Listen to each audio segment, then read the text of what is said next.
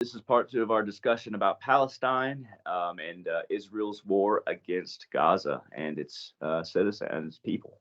So, yeah, we were talking about various things that you can do and also just some kind of fascist tendencies, but also, fascist tendencies of Israel, but also just kind of how the movement in Palestine has helped a lot of the world realize how much we're against genocide and not wanting this to happen again, which we didn't expect it to come for the Israelis being fascist, or at least I didn't. But like it's a strange series of events. But yeah, do you want to go ahead and take it off? Yeah, I mean, it gives me some strange, fray of, I don't even want to say hope. I want to say, like, an opportunity, for us globally to really assess where our leaders are taking us. I think a lot of us are completely dissatisfied with this and I think the suffering that's in the United States, for example, in terms of like class tension and resources, is being felt in other countries as well. And so we are seeing sort of the Palestinians at this end of a rope we feel we're on. In a way, I feel like a lot of us, it's not just sympathy. I think it's also empathy for their situation, including people who are, descendants of Holocaust survivors. I think I have this hope for like a global, never before have I ever seen like a global movement quite like this. And I think in part because of the internet, because of the information that has spread so fast. Yes, propaganda can spread that fast, but our information can spread faster, our truth can spread faster, and if we keep spreading it faster than the propaganda, which has to be manufactured and tailored, and like they're so bad at it, as we were saying before a little bit like off recording, that I've had reflections on, like, when I learned about the Holocaust as a child and how we were taught, oh, it was sophisticated systemic like brainwashing, but I really think it's just time. I think it's time and repetition, because most people viewing Israeli propaganda against Palestinians are not fooled by it. Like it's Yeah, very like so blatantly, obvious. Yeah. like, just hateful and backwards. And I remember one lady, I don't know how much she was paid to do this. It'd be embarrassing if she did it for free, but she was making a little TikTok in her car, an Israeli woman, lots of lip filler, all that. And she's like, oh, like fake crying, my grandma survived the gas chambers. I was like, that's weird because nobody survived the gas chambers. And you're a little young for your grandma to have been involved in the Holocaust. A lot of Like, fake. was your grandma an infant, like, that somehow survived gas chambers? Or do you mean the camps? Did you even fucking read about this? You care so little about Holocaust survivors and people who were died in the Holocaust, and yet you're weaponizing this to kill people in the same way systematically by putting them in what you're calling an open air prison. I'm sorry, Palestinians are not criminals. Like, what prison are you talking about? They're not criminals. They haven't done crimes. These are children, like, or grandmas or whatever. Like, I remember just bawling my eyes out seeing, like, this again. This was like at least a few decades ago, of these old women. Like, anyone who wants to paint Palestine as this like super misogynistic Sharia law place is embedded in Islamophobia, because it's just not the case. A lot of these political parties they had were led by women, and it was these old women and little girls throwing rocks at tanks, throwing rocks at these tanks that were just Some of shooting those at them. women are kept. Some of those women have been kept in prison for years and years and years without trial, without any kind of legal rights. So there's this, when we think of hostages that Hamas took, right? We think of the 149. There's been thousands of Palestinians that the Israelis have kept for years that are children, small, girls, teenage boys, old women, old men, kept for years and years and years and years and years. And what I noticed on kind of Al Jazeera, which has a good Palestinian perspective on this, is that they're talking about Palestinians getting their hostages back. And when we think about however many hostages that 200 over 200 that Israel took, but the no, not Israel took, that Hamas took.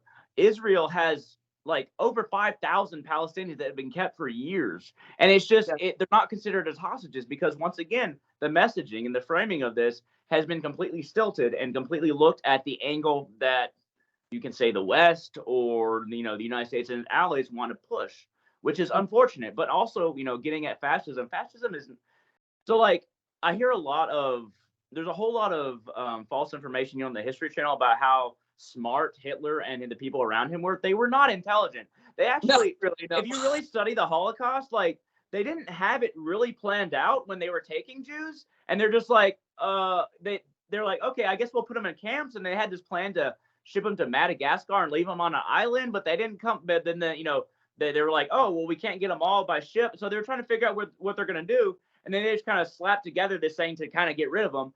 But the reason that I bring that up, and because fascism and nationalism is pretty dumb, and it's really knee jerk. It's not long term thinking.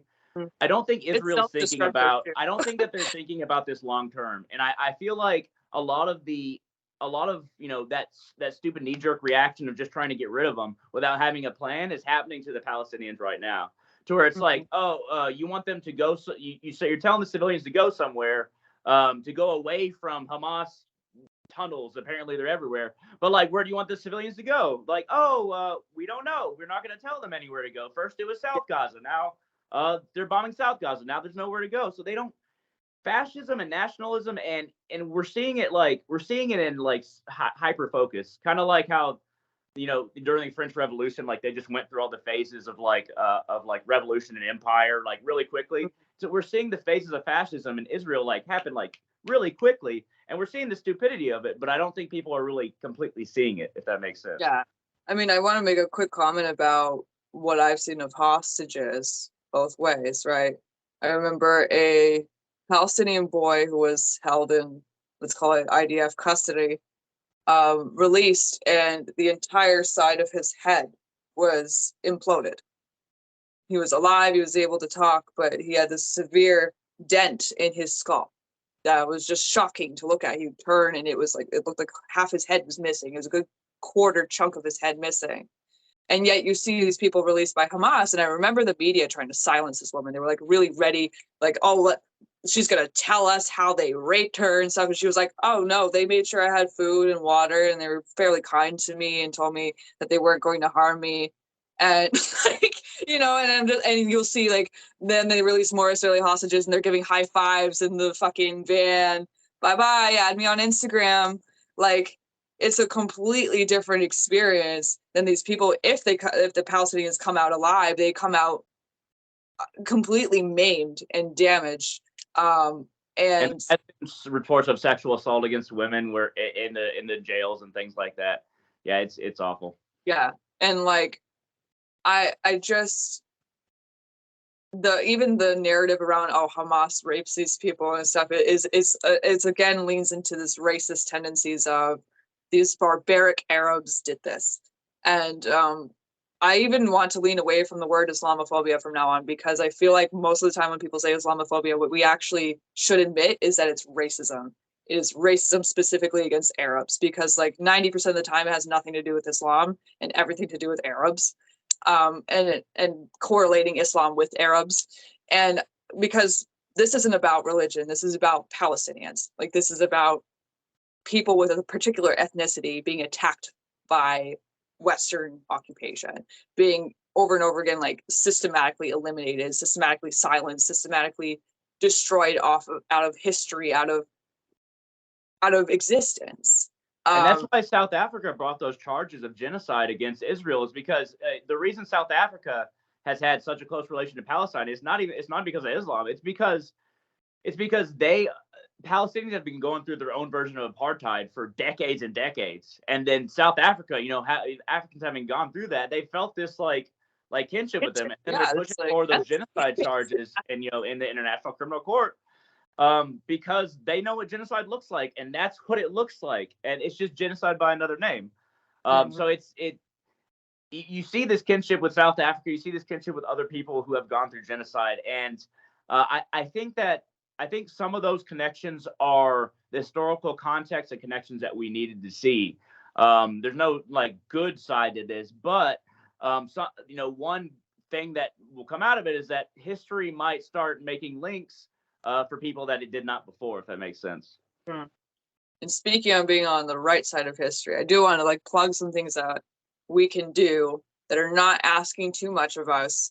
because I think like it's very overwhelming for a lot of people, and it's very like, well, what do I do? And I can't possibly do anything, or I'm powerless against this. But there are small things we can do at least to slow down the production of, IDF aggression, to slow, to aid the people in Gaza, and to aid the people who are able to get aid to people in Gaza, people in the West Bank. So one of the things that I really like is buying eSIMs. This is something that you can do for people who have had no internet, had no way of contacting the outside world, contacting their family who may be in the United States or in the UK or wherever they are. So buying eSIMs, there's a particular website. I'm going to have a link in my video description. I can send it to you as well, where you can buy eSIMs and send it the proper email. There are fully automated things to contact your representatives if you're someone like me who has anxiety on the phone. I love to email Elizabeth Warren, though. I like to give her a piece of my fucking mind. So I do like the emails personally, but if you like the calls, there are some that are like automated. There are lists of appropriate boycotts that are on particular websites about different products that you would be surprised how many products give money directly to Israel and have been for decades. And it's kind of weird because most other things that produce stuff to us would tell us what country they're from, almost like they're hiding something. And so almost like they're hiding where that money is going to in Israel. Military industrial complex. Also, Hervabi, who, if anyone's interested in wearing a kufiyah, I haven't really talked about kufiyahs in this discussion, but if you'll recognize it by being the fishnet patterned scarf that you'll see a lot of people in this movement wearing. There's a significance for it. The fishnets represent the fishermen. The borders represent like the olive branches that grow native to Palestine, and it's a symbol of solidarity. There's nothing to do with Islam. It's a perfectly secular symbol of solidarity against occupation. So if you want to buy a kufiyah, I recommend going to Hervabi. I'll have that website. It's the only remaining factory in Palestine, so making kufiyahs worldwide. They just get such a high demand that they often get they shut down to produce more, and then so like when they are next available to order, I would highly suggest buying from them instead of some Chinese company that may be funding Israel. So you may want to just look into that. That's another way to show your support and also send some money to an authentic factory in Israel. Boycotting is always free. There's even video games now, I believe, that you can, like little games on your phone you can play that donate money to Palestinian aid. So it really costs nothing to do. You just play a little watermelon game. I haven't been able to track down the exact name of it, but I saved it on my Instagram reel, so I'll find it again. But there's so many ways in which we can help, and even just staying in tune with what Al Jazeera has been reporting is a good way of doing that. Following those who wear press vests and just amplifying their voices. I've been following even translators of Arabic, to fully understand, so that we cannot be deceived about what these people are saying when they are speaking on their story, when they are sharing what's going on, to not have them be mistranslated and misrepresented. So there's so many things that we can do, and just I want to urge anyone, like whatever you're comfortable starting with, start there. Even if it's just sharing or educating yourself right now, that is something. Start somewhere. You don't want to look back on this and feel like you've done nothing. You don't have to do everything. This is a collective effort. This is a global effort. No one has to be the hero. We're just here to support those who can do something and put our money and our efforts towards, moving away from violence, even if it's just preaching ceasefire now, or attending a local protest if you're able to, or just even coming up to someone who is visibly Muslim and being polite to them and being kind to them does go a long way with changing the culture war aspect of this, which is a huge factor. Every little bit helps. And when people do research the history or learn the history of Palestine, it becomes pretty infuriating pretty quickly, as far as just how they've been edged out. And I remember even when back when Barack Obama was president, I remember for a while Barack Obama, he was a little bit against Palestine being a state or it being recognized, things like that. But then when he finally reached a point where Israel was doing enough messed up stuff to him that he, kind of like switched his tune. He's like, oh well, they actually need to stop messing with the Palestinians, because he had a little bit of a conscience. But I was surprised at how quickly the message changed from supporters. So like, the message was, Palestine is never, Barack Obama supporters, which I was back then. But like, at first it was like completely on his side, like, Palestine was never a state. Then all that talk immediately just switched once Barack Obama changed his view. But it's so interesting. These things come in tides. So any kind of little support that you can give as an individual in education, you're more than likely going to want to do something helpful after you educate yourself, about the history.